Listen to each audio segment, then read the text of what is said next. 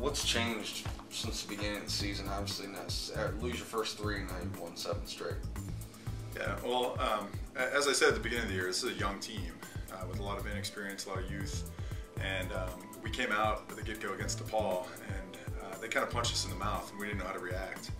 And I think that's characteristic of a young team, to struggle out of the gate like that. And I said after DePaul that I wasn't concerned about it, but I did think it was a wake-up call, and it turns out it was quite a wake-up call. Talk about the offense averaging almost 10 runs a game. Yeah, well, thankfully they have, because our pitching hasn't been too stellar at this point, although it's getting better.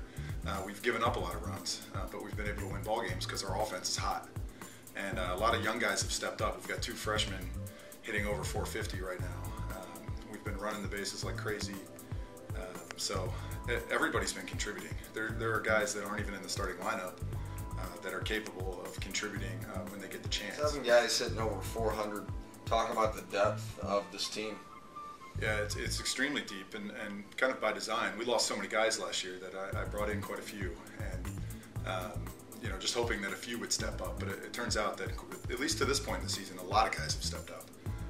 So it's hard to point to one guy who's really carrying this team right now, because it's really a collective effort of whatever 9 guys I run into the lineup on a given day have been able to perform.